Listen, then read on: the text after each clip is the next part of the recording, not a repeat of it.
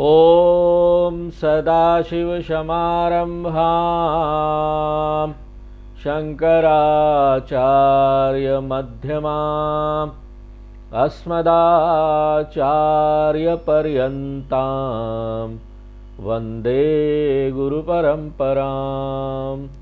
ॐ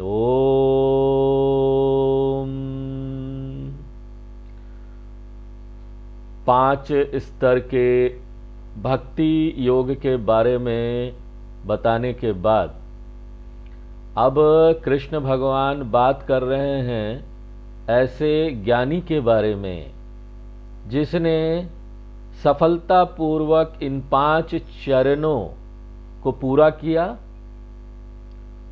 और वो एक उच्च भक्त बन गया है।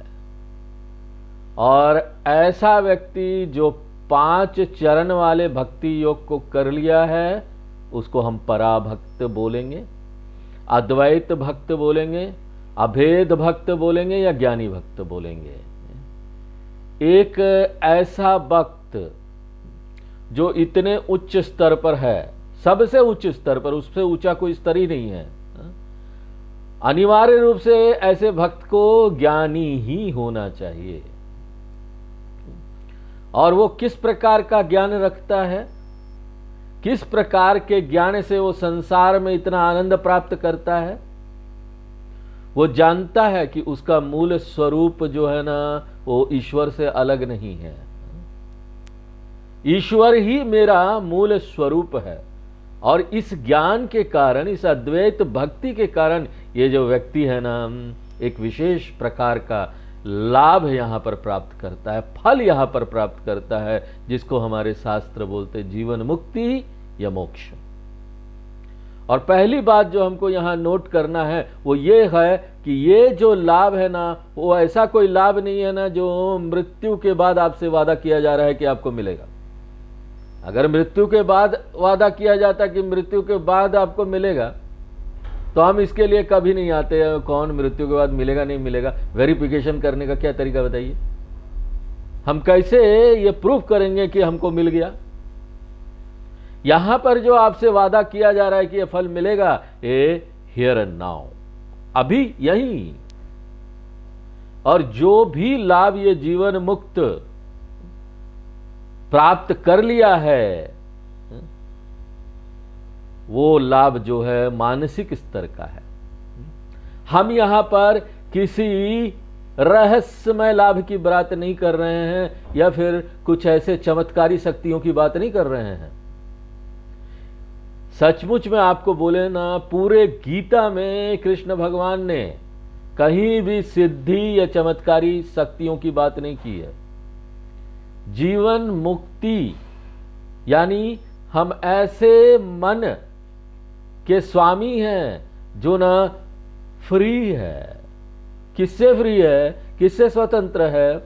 जो भी हमको आमतौर पर भावनात्मक तनाव आते हैं, भावनात्मक नकारात्मक तनाव सब आते हैं समय समय पर, जिसका सामना सबको करना पड़ता है। और यही सब जो भावनात्मक तनाव हमारे अंदर आते हैं, इन सब को एक साथ मिला दो तो इसको संसार बोलते हैं। और कुछ नहीं, संसार है।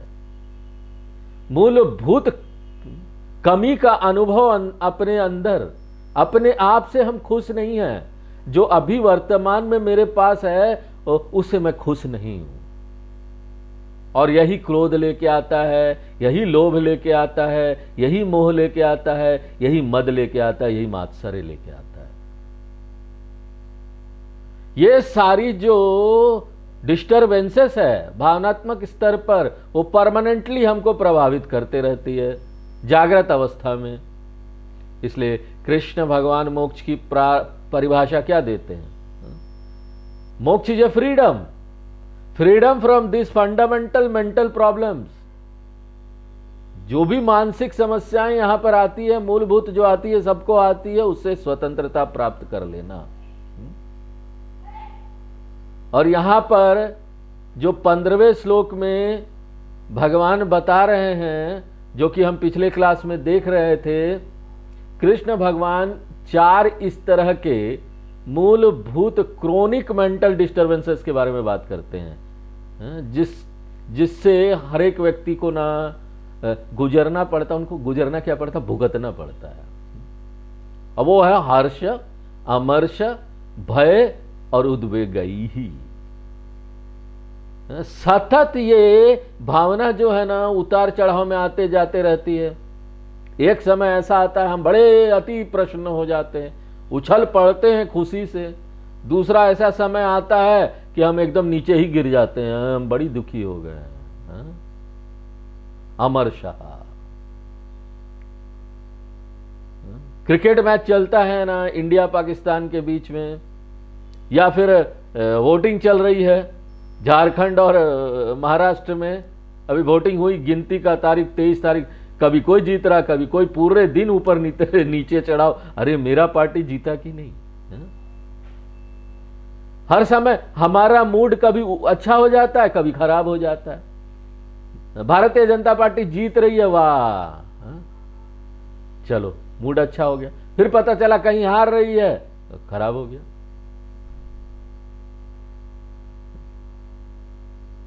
जब क्लास में आएंगे तब भी वही चल रहा है, पता नहीं कौन जीता। तो ये जो मूड स्विंग है ना, अप एंड डाउन, ये सतत चलता रहता है। और ये अगर मेरे अनुसार हो, जो मैं चाहता हूं मेरे प्लान के अनुसार हो, तो ये तो मेरे लिए ना एक आनंदमय खेल बन जाता है, लीला बन जाता है। इस संसार में लीला तो नहीं बनता, खेल बन जाता है। ये अगर सारी चीजें जो हो रही है अगर वो मेरे नियंत्रण में नहीं है, तो ना मुझे लाचारी से इसको भुगतना पड़ता है। ऐसी जो परिस्थिति है ना, इसको बोलते हैं संसार। तो हर्ष के बारे में हमने बात की, और दूसरा जो अमर्ष के बारे में बात की।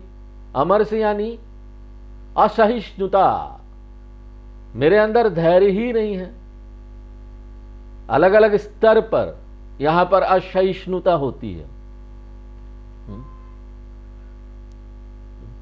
चुनाव हो रहा है, यहां खेल चल रहा है। असहिष्णुता क्या है कि मैं ना यहां स्वीकार नहीं कर पाता हूं कि दूसरा जो पार्टी है वो जीत जाएगा। उसके सक्सेस को स्वीकार नहीं कर पाता हूं, सफलता को स्वीकार नहीं कर पाता हूं। अगर मैं यहां डिसेंटली फेल नहीं होता हूं, देखिए असफलता जो है ना, फेलियर, उसको बहुत प्यार से सम्मान के साथ स्वीकार कर लेना सबसे कठिन चीज होती है। इसको बोलते हैं अमरसा। मेरे मन में जलन है, मैं किसी के उत्कर्ष को, उसकी अच्छी परिस्थिति को, दूसरे लोगों की अच्छी परिस्थिति को एक्सेप्ट नहीं कर पाता। विशेष रूप से अगर वो व्यक्ति मेरा ना शत्रु है, दुश्मन है। पाकिस्तान और ऑस्ट्रेलिया के बीच क्रिकेट मैच होता है, तो उस समय हम सोचते हैं ऑस्ट्रेलिया को जीत जाना चाहिए। क्यों पता है? पाकिस्तान हमारा शत्रु है। एक व्यक्ति जब बहुत सफल हो रहा है, हर चीज में विजय हो रहा है, उसका विकास हो रहा है, और मैं उस क्षेत्र में उस स्तर तक नहीं पहुंच पाता हूं, तो मैं ना उसकी सफलता को देख नहीं पाता हूं, उसका सामना नहीं कर पाता हूं।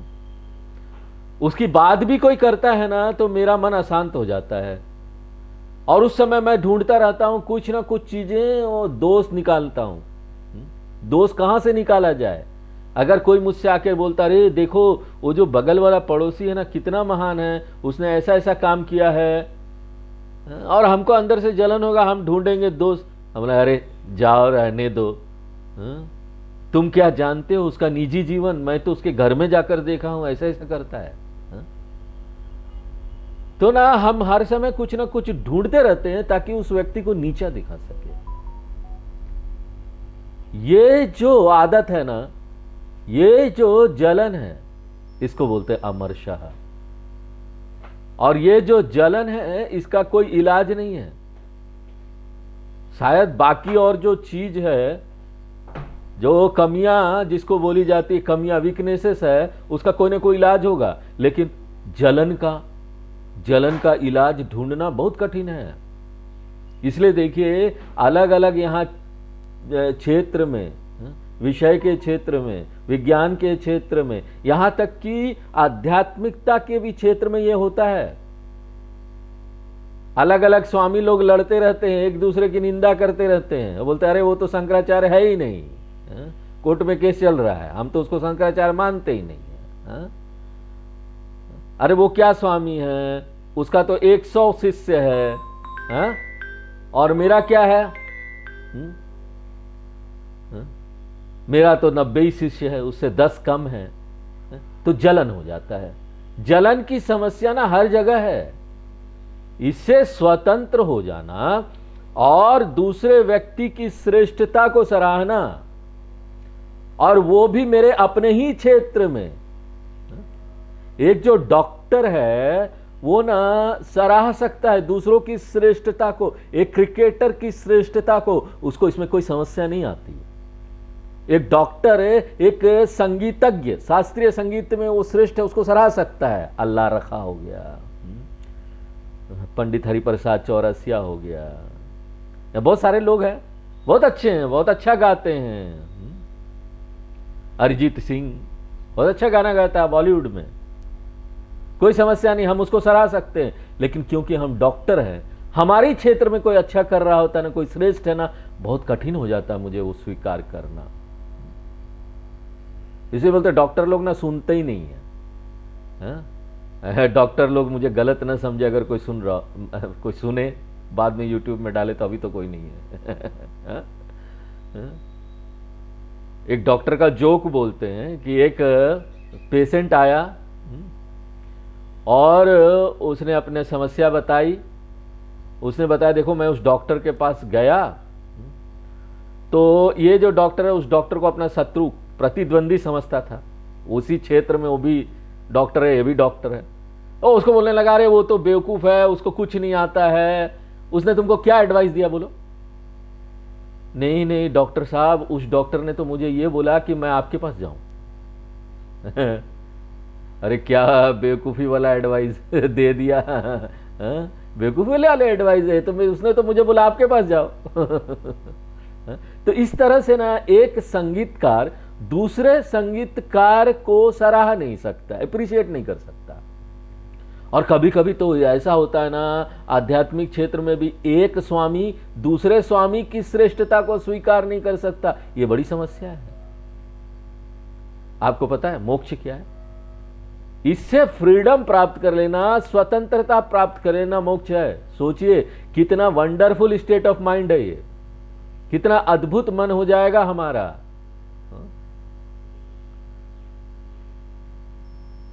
आप ना सबके लिए अच्छे शब्द बोलेंगे। किसी ने पूछा कि यहां पर हम कैसे सबके लिए अच्छे शब्द बोल सकते? सब में कोई ना कोई अच्छा चरित्र है। यहां पर स्वामी लोग भी है, सब में कुछ ना कुछ अच्छा है ना। एक स्वामी बड़ी अच्छा काम कर रहा, समाज का सेवा कर रहा, इधर उधर घूम रहा चारों तरफ, एक देश से दूसरे देश। एक स्वामी है जो घर में ही बैठकर चुपचाप ना पढ़ा रहा लोगों को। एक स्वामी है जिसके पास चमत्कारी शक्तियां हैं, तो वो अपने चमत्कारी शक्ति से लोगों का भला कर रहा है। तो यहां पर ना ये क्षमता प्राप्त कर लेना कि हम दूसरों को सराह सके, अच्छे शब्दों का उपयोग कर सके, ये बहुत सुंदर और अद्भुत चरित्र है जो ज्ञानी के अंदर होता है। पर गुण परमाणुन पर्वती कृत्य नित्यम निज हृदय विकसंतम संति संत नियंत। तो भरतहरि जी यहां पर बोलते हैं कि यहां पर ऐसे लोग हैं ना, जो महान महान ऐसे लोग, नोबल व्यक्ति लोग हैं, जो ना दूसरों की छोटी से छोटी अच्छाई को भी ना वो ना देख लेते हैं। एकदम धूल के कण जैसी कोई अच्छाई है ना, वो भी उसको देख लेंगे दूर से और उसको फैलाएंगे चारों तरफ, देखो इसमें कितनी अच्छाई है। और उसकी कोई बहुत बड़ी बुराई भी है ना, तो उसको दबा देंगे।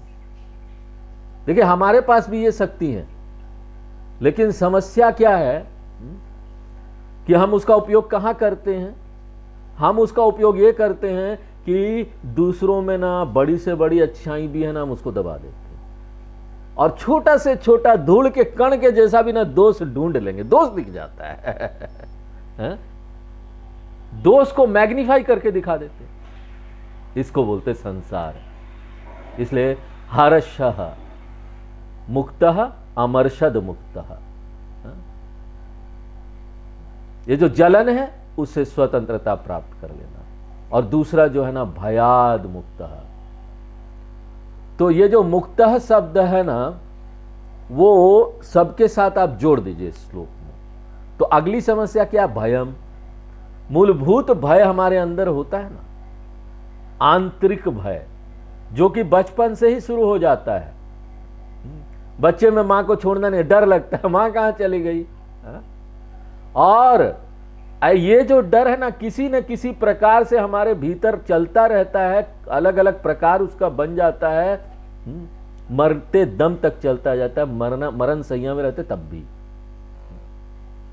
भर्तृहरि जी अपने एक षटकम में बोलते, वैराग्य षटकम, वो ना भय के बारे में बात करते हैं।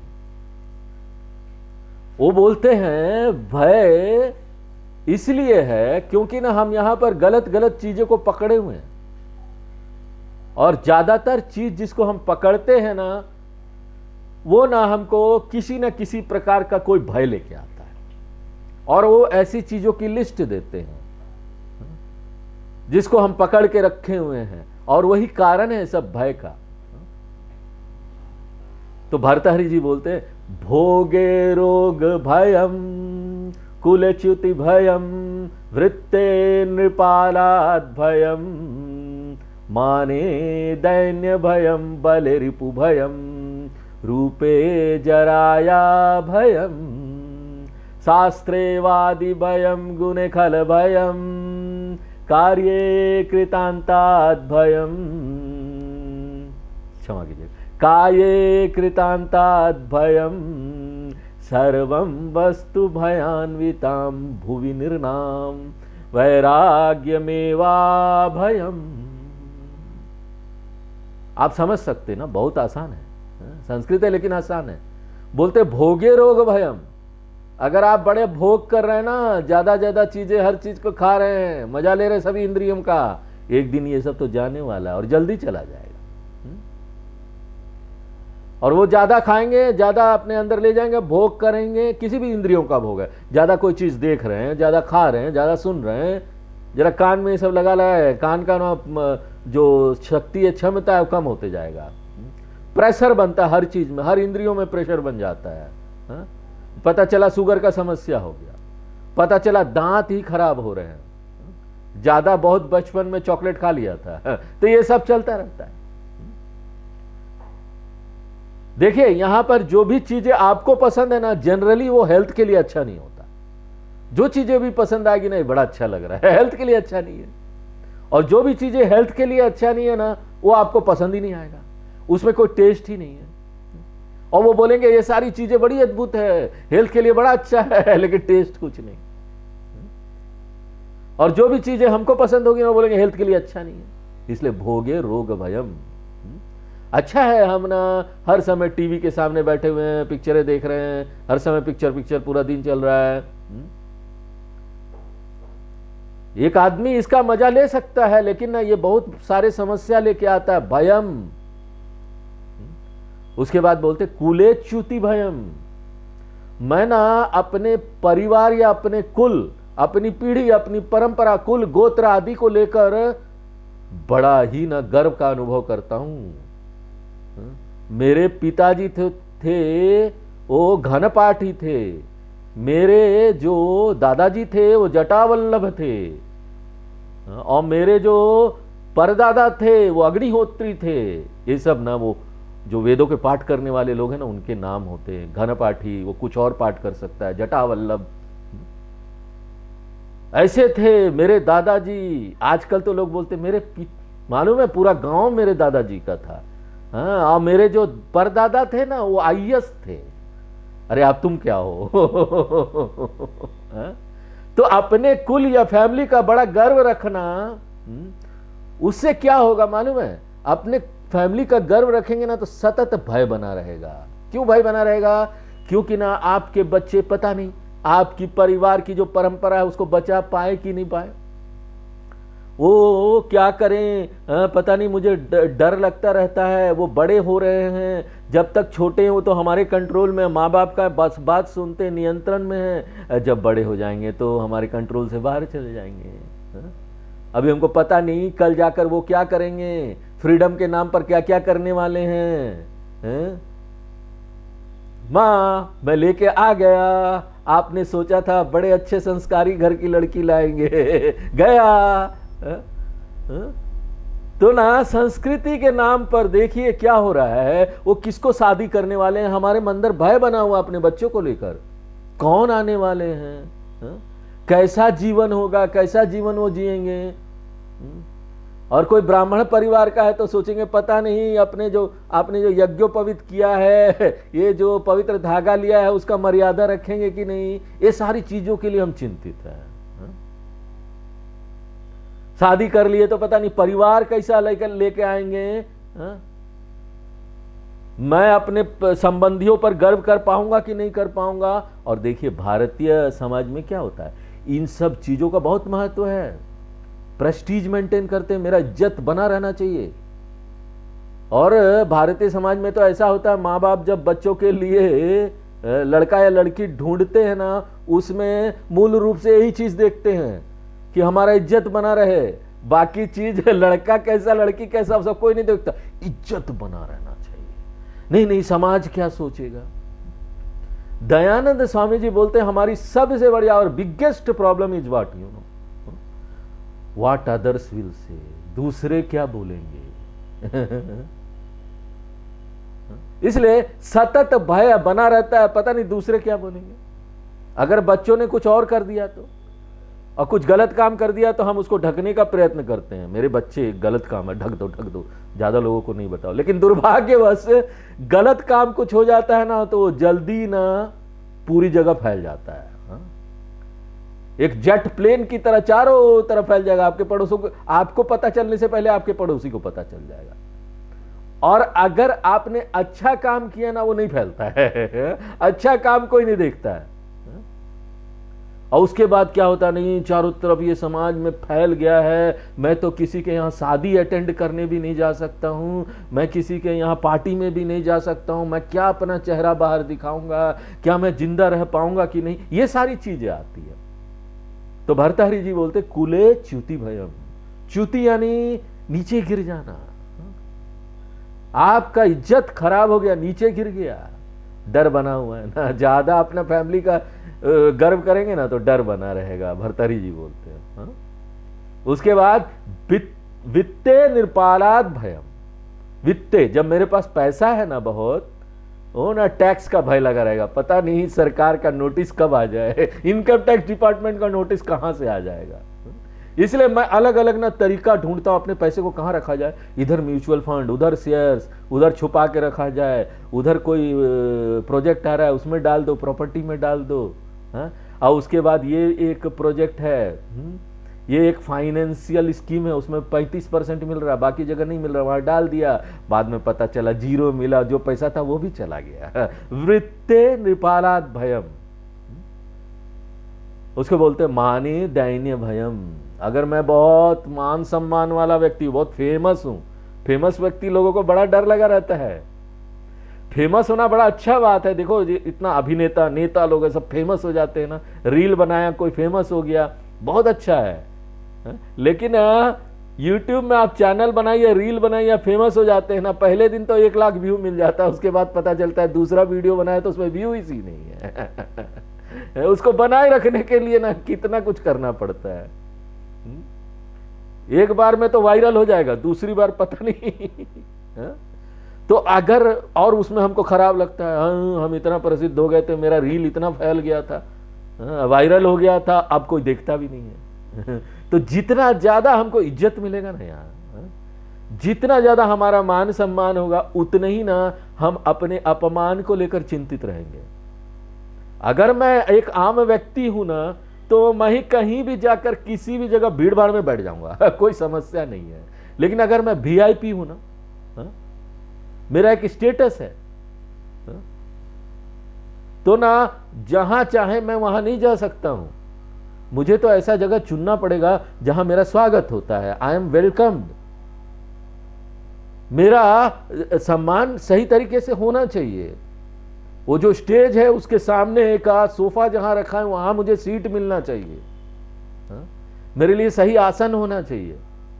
अगर वो सब नहीं है ना, तो मेरे सम्मान का क्या होगा?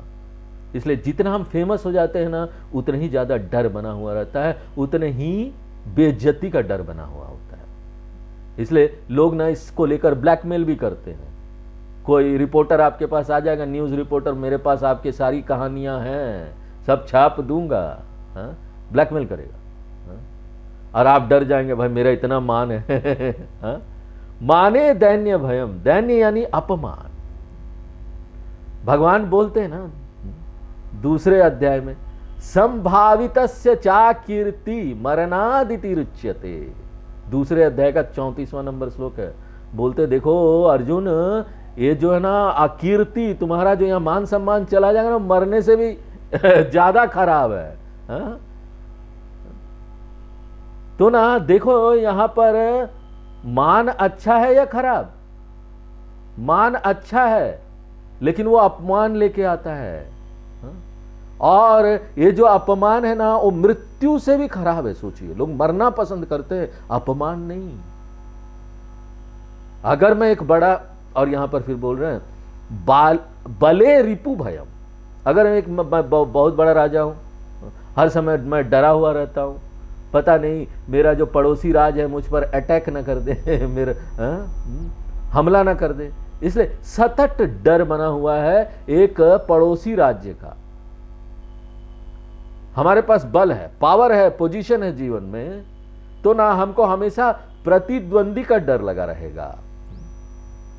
और अगर कोई संभावना है कि मेरा पावर पोजीशन और बढ़ेगा, और वहां पर दूसरे, यहां पर और बहुत सारे लोग हैं जो ये पसंद नहीं करते, और ये सारी कंपनियों में होता है, सारी संस्थाओं में होता है। वो जाकर आपके बॉस को कुछ कुछ आपके बारे में कहानी सुना देंगे, और आपको प्रमोशन नहीं मिलेगा, उसको मिल जाएगा। तो क्या होता है, यहां पर प्रतिद्वंदी है, प्रतिस्पर्धा है, प्रमोशन मिलेगा कि नहीं मिलेगा। और दूसरा व्यक्ति, यहां पर बहुत सारे लोग जो चाहते नहीं कि मेरा प्रमोशन हो, और मुझे नहीं मिला। इसलिए ये जो कंपटीशन का डर है ना, प्रतिस्पर्धा का, ये प्राकृतिक है। आप किसी भी क्षेत्र में जाएं जहां पर पावर और पोजीशन है, इसलिए तो बोला जाता है ना पावर पॉलिटिक्स, राजनीति और पावर।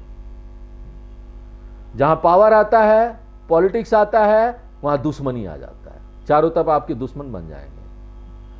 तो जब दुश्मन बनेंगे तो भय तो प्राकृतिक है ना, वो आएगा ही। माने दैन्य भयम बले रिपु भयम, रिपु यानी कोई शत्रु बन गया, कोई प्रतिस्पर्धी बन गया, कंपटीटर बन गया। उसके बाद बोलते रूपे जराया भयम, अगर मुझे अपने शरीर से बड़ी प्यार है, इसकी सुंदरता से, मेरा स्किन बड़ा अच्छा है, मेरा बाल अच्छा है, मेरा फिगर बड़ा अच्छा है, मेरा हाइट अच्छा है, वेट अच्छा है, और वो भी बाल जो है काले हैं, और मैं बड़ा प्रेम करता हूं इन सब चीजों से। क्यों? आजकल आप कैसा दिखते हैं ना, उसका बड़ा महत्व है। कहीं बाहर जाइए, आप कैसा दिख रहे हैं, आपका फर्स्ट लुक इज इंपॉर्टेंट। यहां पर इसलिए तो देखिए इतना ब्यूटी पार्लर खुल गया है। इससे पहले क्या था, सिर्फ महिलाओं का ब्यूटी पार्लर था, अब तो पुरुषों का भी ब्यूटी पार्लर हो गया है। और एक 2-2 हजार रुपया लेते रहे। यहां पर लैक्मे का ब्यूटी पार्लर है, वहां पर खाली पेडिक्योर मैनिक्योर कराने जाइए, पाँव को आपका थोड़ा सा वो फाइलिंग लेकर साफ कर देंगे, उसका 2000 रुपया। फेशियल कराने का, सिर्फ फेशियल थोड़ा सा कराएंगे, उसका 5000 रुपया। अब मत पूछिए स्वामी जी आप ये कैसे जानते हैं, मैं भी गृहस्थ में हूं, मैं सब जानता हूं। सब चलता रहता है ये सब। तो यहां पर ये सब चीजें कैसी चीजें हैं देखो। सोचते रहते हैं हमेशा अपनी झुर्रियां हैं शरीर पे, ये चेहरे पे झुर्रियां आ रही है, इसको कैसे ढका जाए, कोई पाउडर लगा दे, कोई क्रीम लगा दे, दूसरे लोग समझ ना पाए कि मेरा उम्र क्या है, अपने उम्र को ढकने का प्रयत्न करते हैं, मेरी उम्र दिखनी नहीं चाहिए। और इसके लिए देखो बड़ा उद्योग धंधा बन गया है, ये बहुत बड़ा इंडस्ट्री है, क्रीम का, पाउडर का, इसे बहुत बड़ा इंडस्ट्री है। तो ऐसे लोग जो अपने शरीर से आ सकते हैं, उनके लिए सबसे बड़ा शत्रु क्या मालूम? जरा मानिए ओल्ड एज, बुढ़ापा। कब तक आप चीट करेंगे? बुढ़ापा से कब तक आप भागेंगे? यह असंभव है ना। इसलिए याग्रीव तिष्ठति जरा परितर्जयन्ति, ये जरा जो है ना, ये बुढ़ापा जो है ना, वो वहां खड़ा है, इंतजार कर रहा है, आपके शरीर को खराब करने के लिए आने वाला है। इसलिए रूपे जरा भयम, आप अपने रूप का बड़ा गर्व रखेंगे ना, तो आपको बुढ़ापे का डर सताता रहेगा। और उसके बाद शास्त्रों का क्या?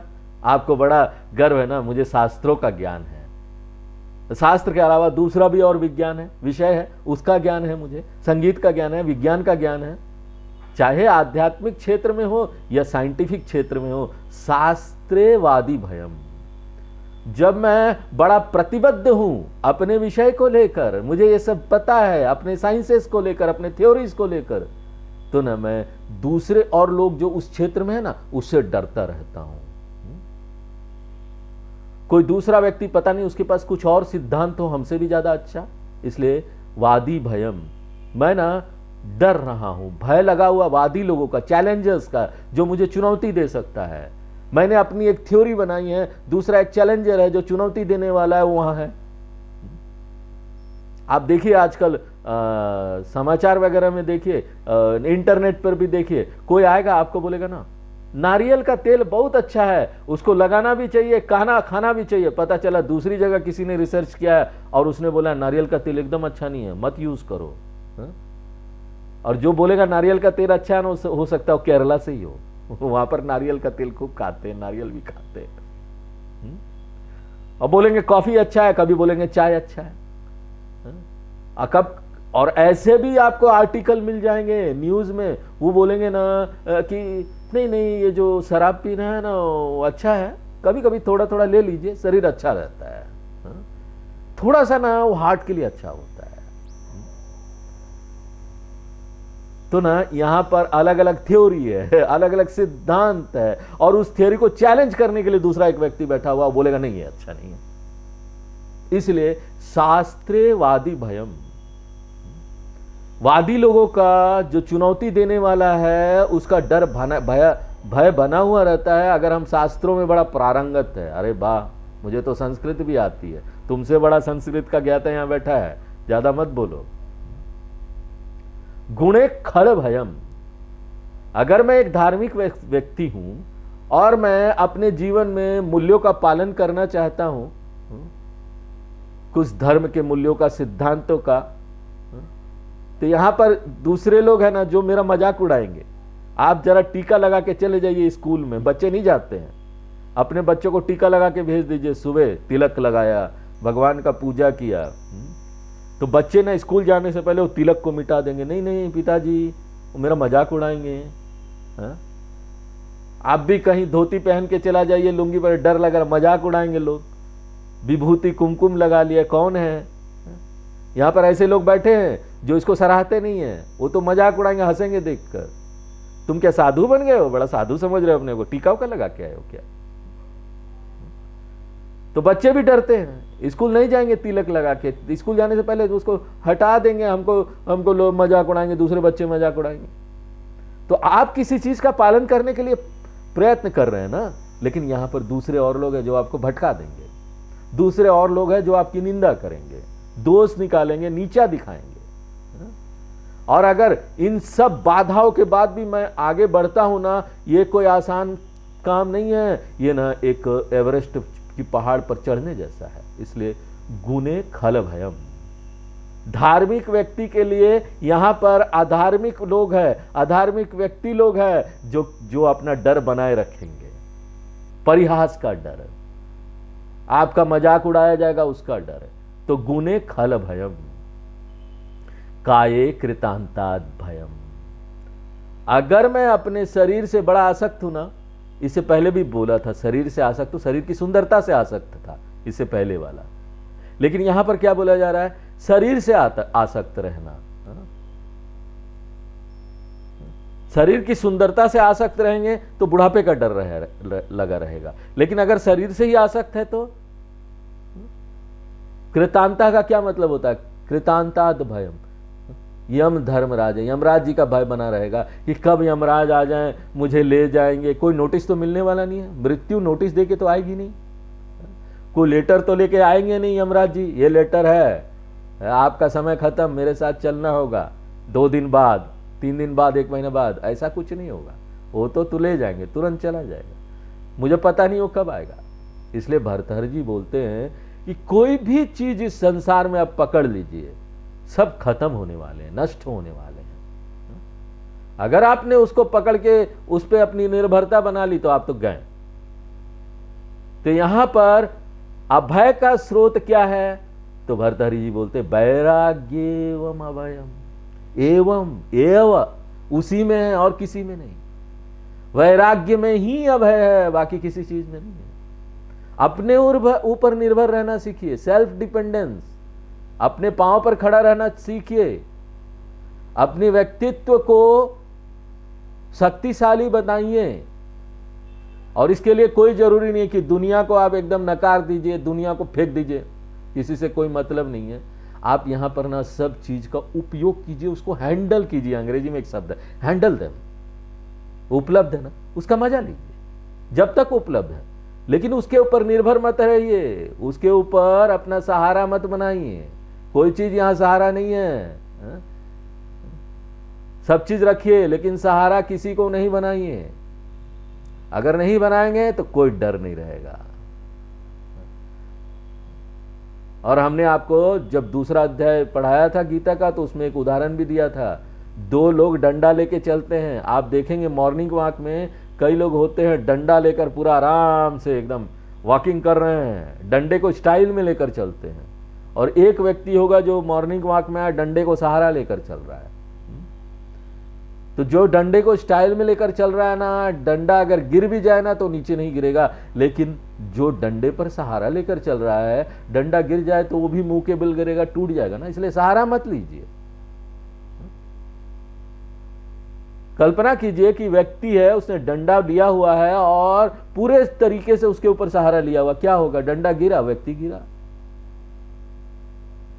तो एक व्यक्ति क्या है, वो स्टाइल के लिए डंडा लेके चल रहा, आराम से मजा से आनंद से चल रहा है, दूसरा व्यक्ति उसको सहारा बना लिया।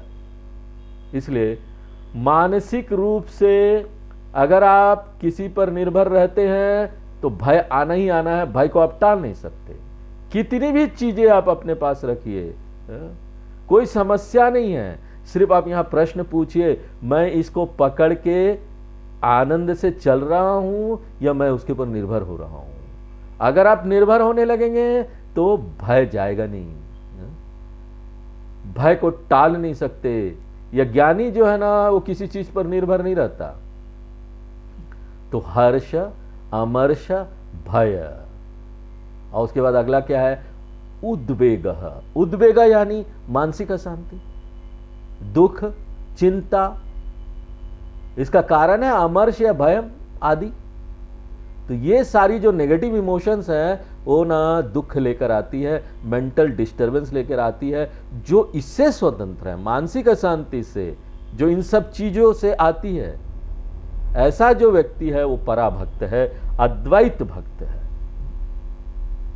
और ये ज्ञानी ये कैसे प्राप्त करता है, कृष्ण भगवान उसकी बात यहां पर नहीं कर रहे हैं, लेकिन ये ना ग्रेजुअल प्रोसेस है, क्रम क्रम से धीरे धीरे होता है।